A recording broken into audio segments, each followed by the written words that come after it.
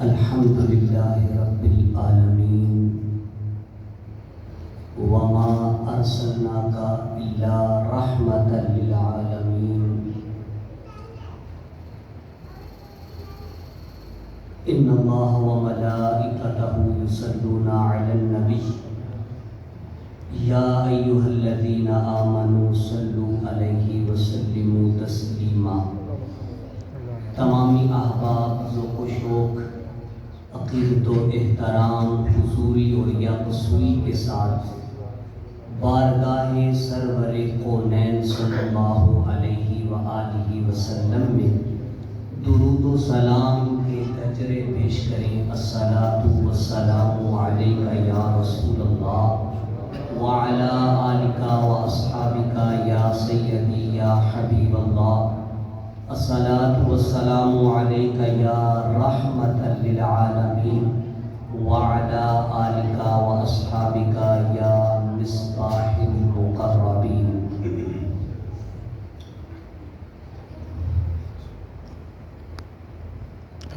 وقت کی نزاکت میرے پیش نظر ہے، گھڑی کی سوئی بڑی بے رحم ہے. مختصر سے وقت میں قبولیت دعا کے مقدس لمحات ہیں،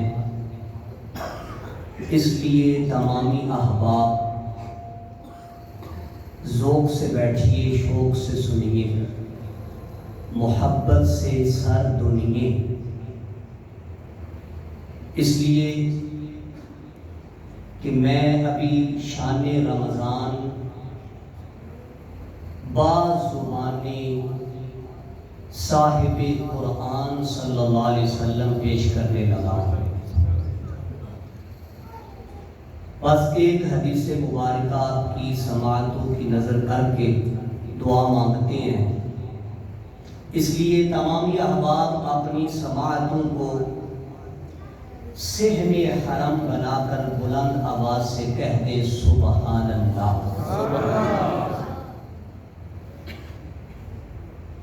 احباب دی وقار مسجد نبوی ہے، انوار ایزدی ہے، صحابہ کا جمع غفیر ہے، رحمت رب کبیر ہے. مجمع لگا ہوا ہے، ماحول سجا ہوا ہے.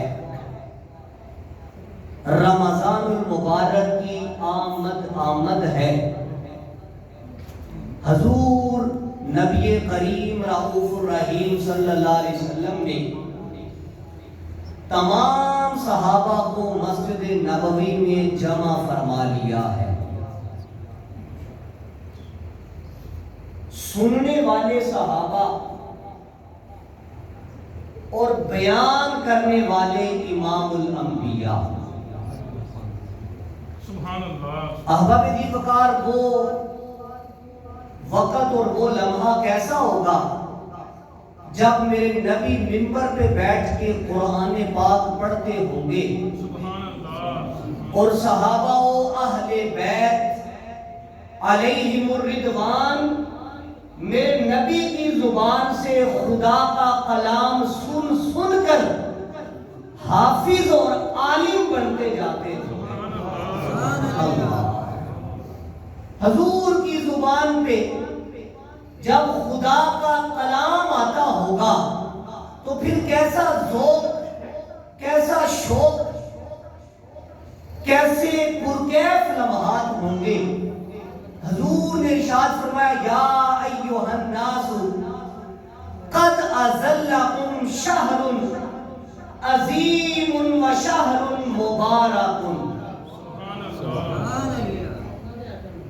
اے میرے صحابہ، تم جانتے ہو تمہارے اوپر کون سا مہینہ سایہ فگن ہونے والا ہے، کون سا مہینہ آنے والا ہے. شہر عظیم و شہر مبارک. تمہارے اوپر ایک بہت بڑا، بہت عظیم اور بہت مبارک مہینہ جلوہ افروز ہونے والا ہے. تمہارے اوپر رمضان المبارک سایہ فکر ہونے والا ہے. شہر فیہ لیلۃ خیر من الف شہر، جس میں ایک رات ایسی ہے جو 1000 مہینوں سے افضل ہے. آنے والے مہینے کی عظمت یہ ہے، شان یہ ہے میرے صحابہ، اس میں ایک رات ایسی ہے جو 1000 مہینوں سے بھی افضل ہے. جس کی ایک رات کی یہ شان ہے تو اس کے سارے رمضان کی کیا شان ہوگی. ایسا مہینہ سایہ فکر ہونے والا، جس کے روزے اللہ پاک نے تمہارے اوپر فرض کر دیے ہیں اور اس کی راتوں کا قیام تمہارے لیے نفل بنا دیا. جس کے روزے فرض اور جس کا قیام نفل کر دیا ہے، یہ ایسا مبارک مہینہ ہے جو اس میں ایک نفلی نیکی کرے گا اللہ پاک اس کو ایک فرض کا اجر عطا فرمائے گا. اور جو ایک فرض کے ذریعے اللہ پاک کا قرب حاصل کرے گا، اللہ پاک ماہ رمضان میں ایک فرض ادا کرنے والے کو 70 فرضوں کا اجر عطا فرمائے گا. 70 فرضوں کا اجر عطا فرما دے گا. یہ ایسا مبارک مہینہ. اور حضور نبی کریم علیہ السلام نے پھر ارشاد فرمایا وَشَهْرُ الصَّبْرِ، اے میرے صحابہ اس مہینے کی شان اور عظمت یہ ہے کہ یہ صبر کا مہینہ ہے. یہ صبر کا مہینہ ہے. وَالصَّبْرُ ثَوَابُهُ، اور صبر کا ثواب اللہ کی بارگاہ میں جنت ہے. یہ صبر کا مہینہ اور صبر کا ثواب اللہ کی بارگاہ میں جنت ہے. احباب دی وقار، اس لیے حضور علیہ السلام نے فرمایا الصائم الصابر، روزہ رکھنے والا صابر ہے. روزہ رکھنے والا کیا ہے؟ صابر. حضور نے روزہ دار کی جب شان بیان فرمائی تو فرمایا روزہ دار صبر کرنے والا ہے. اس لیے کہ روزہ دار کو بھوک کی شدت ہوتی ہے، وہ صبر کرتا ہے. پیاس کی شدت ہوتی ہے، وہ صبر کرتا ہے. کوئی جھگڑتا ہے، وہ صبر کرتا ہے. کوئی گالی دیتا ہے، وہ صبر کرتا ہے. خواہشان نفسی ہوتی ہے، وہ صبر کرتا ہے. تو ان تمام حالتوں میں روزہ دار روزے کی حالت میں صبر کرتا ہے. اور حضور علیہ السلام نے اسی لیے ارشاد فرمایا اذا کان یوم صوم احدکم فلا یرفث، اے میری امت جب تم میں سے کسی کا روزہ ہو، جب تم میں سے کوئی روزہ دار ہو تو وہ نہ کوئی فحش بات کرے اور نہ کسی سے جھگڑا کرے.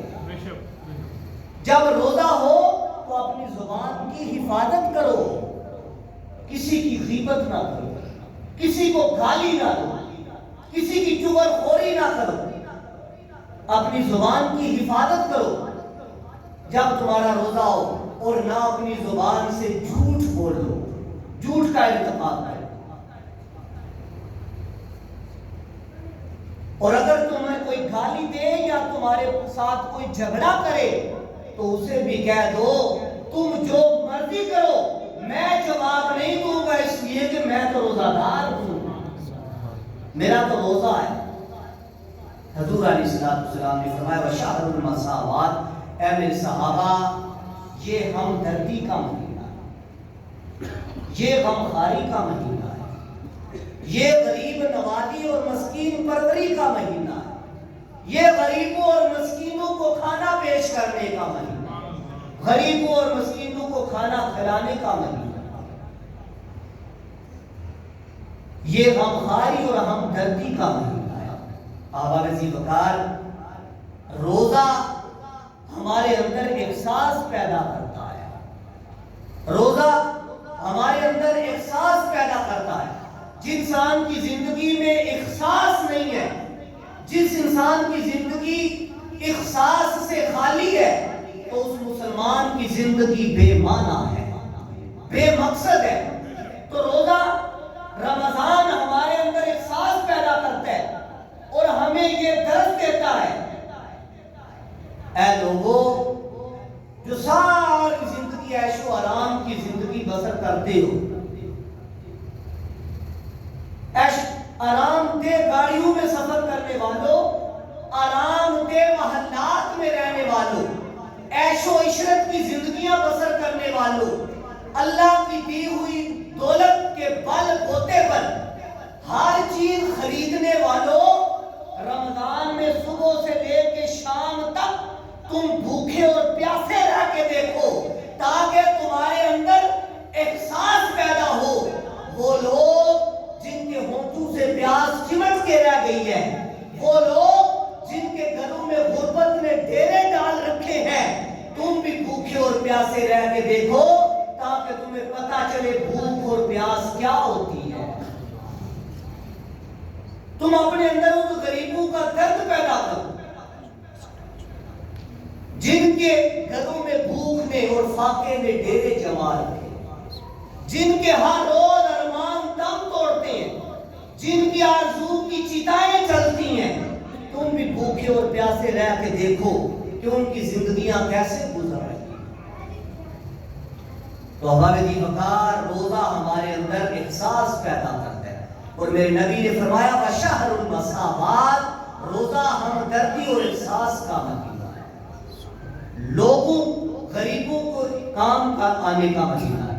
پھر میرے حضور نے فرمایا یزاد فیہ الرزق، رمضان المبارک ایسا مہینہ ہے اس میں بندہ مومن کے رزق کو بڑھا دیا جاتا ہے، مومنوں کے رزق میں اضافہ کر دیا جاتا ہے۔ تو اس لیے احباب دی وقار، یہ رزق میں کمی کا مہینہ نہیں کہ آپ سوچیں اگر ہم اپنے پیسے اپنا کھانا کسی غریب اور مسکین کو کھلائیں گے تو ہمارے گھر میں تو فاقہ اور بھوک آ جائے گا۔ نہیں، یزاد فیہ الرزق، اللہ پاک فرماتا ہے اس مہینے میں میں رزق بڑھا دوں گا۔ یہ مہینہ ہمارے رزق کو بڑھانے کے لیے آتا ہے، رزق میں کمی کرنے کے لیے نہیں آتا، رزق میں اضافہ کرنے کے لیے آتا ہے۔ آپ اندازہ کیجئے اس مہینے میں صاحب ثروت مالدار تو ایک طرف، جو غریب اور مسکین لوگ ہیں پورا سال جن کو ایسی نعمتیں کھانے کو نہیں ملتی، جب رمضان کا مہینہ آتا ہے ان کے گھر میں بھی عظیم و شان نعمتیں پہنچ جاتی ہیں۔ یزاد فیہ الرزق، یہ رزق میں اضافے کا مہینہ۔ اور آقا علیہ آخری حدیث مبارکہ کا ٹکڑا، آقا علیہ السلام نے فرمایا من فطر صائما، جس نے اس مہینے میں کسی روزہ دار کا روزہ افطار کروایا، اللہ پاک اس کی گردن کو جہنم کی آگ سے آزاد کر دے گا، اس کے گزشتہ زندگی کے گناہ بخش دیے جائیں گے۔ جس نے کسی روزہ دار کا روزہ افطار کروایا اس کو روزہ رکھنے والے کے برابر اجر دے دیا جائے گا، اور روزہ دار جس نے روزہ افطار کروایا اس کے روز ثواب میں بھی کچھ کمی نہیں آئے گی۔ صحابہ کے ذوق نے انگڑائی، عرض کی حضور ہم میں سے ہر کوئی تو ہر کسی کو پیٹ بھر کے کھانا نہیں کھلا سکتا، حضور صاحب ثروت مالدار لوگ تو بڑا اونچا مقام لے گئے، وہ تو روزہ داروں کو روزے افطار کروائیں گے، شکم سیر کروائیں گے، پیٹ بھر کے کھانے کھلائیں گے، تو حضور غریب لوگ کہاں جائیں گے؟ میرے آقا نے سر انور کو اٹھایا، کہہ دے سبحان اللہ، حضور نے سر انور کو اٹھایا، میری اور آپ آپ کی قسمت کے ستارے کو جگمگایا، میری اور آپ کے لیے جنت کے در کو کھولا، اور میری اور آپ کی قسمت کو اوجے سوئیہ پر پہنچایا، اور فرمایا میرے صحابہ جس ثواب کا میں نے اعلان کیا ہے اس کے لیے کوئی مزیدار کھانے پکانے، مأکولات و مشروبات بنانے کی ضرورت نہیں۔ جس نے ایک گھونٹ پانی، ایک کھجور کا ٹکڑا کسی کو دے کے روزہ کھلایا، اللہ اس کی گردن کو بھی جہنم سے آزاد کر دے گا۔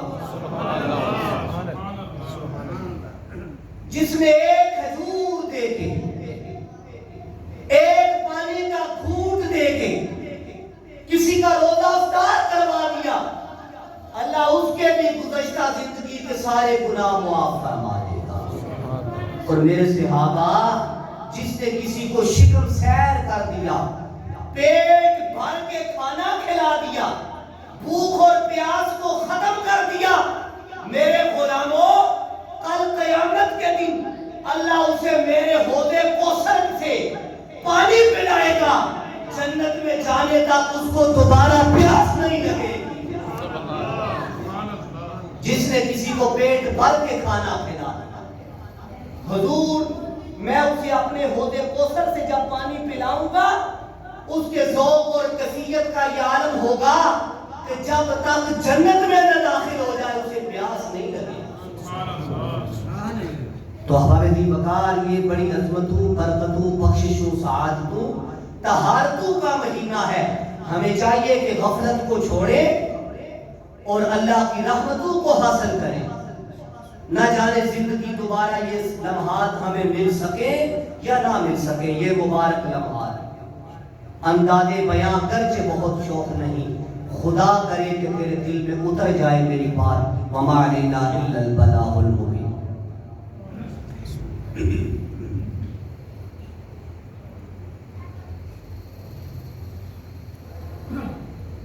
الحمدللہ الحمدللہ رب العالمین، والصلاة والسلام علی سید الانبیاء والمرسلین، اللہم صلی وسلم وبارک علی سیدنا محمد عدد ما فی علم اللہ صلاة دائمتا بدوام ملک اللہ۔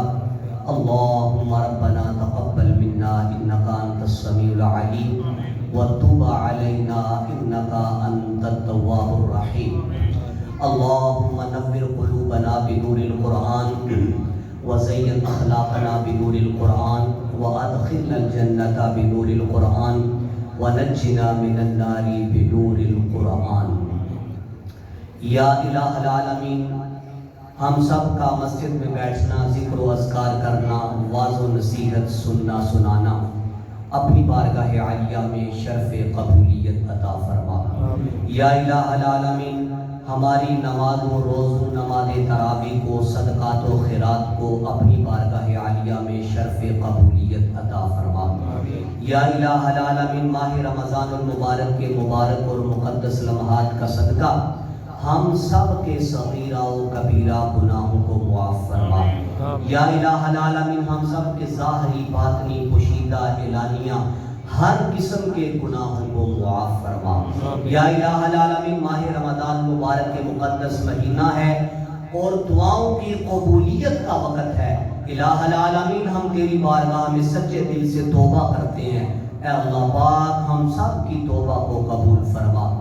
یا الہ العالمین، ہم سب کو توبہ پہ استقامت عطا فرما اور ہم سب کو ان لوگوں میں شامل فرما جو تیری بارگاہ میں توبہ کرتے ہیں اور تو ان کی توبہ کو قبول فرماتا ہے، ان کو توبہ پہ استقامت عطا فرماتا ہے۔ یا اللہ ہم سب کو بھی ان نیک لوگوں میں شامل فرما دے۔ یا الہ العالمین، حضرت آدم علیہ نبینا علیہ السلام سے لے کر آج دن تک جتنے مومنین مومنات، مسلمین مسلمات حالت ایمان میں دنیا سے رخصت ہو گئے، ماہ رمضان المبارک کا صدقہ سب کی بے حساب بخش و مغفرت فرما، سب کے درجات کو بلند فرما، سب کی قبروں کو روضہ من ریاض الجنہ بنا، سب کی قبروں کو اعلیٰ علیین میں جگہ عطا فرما۔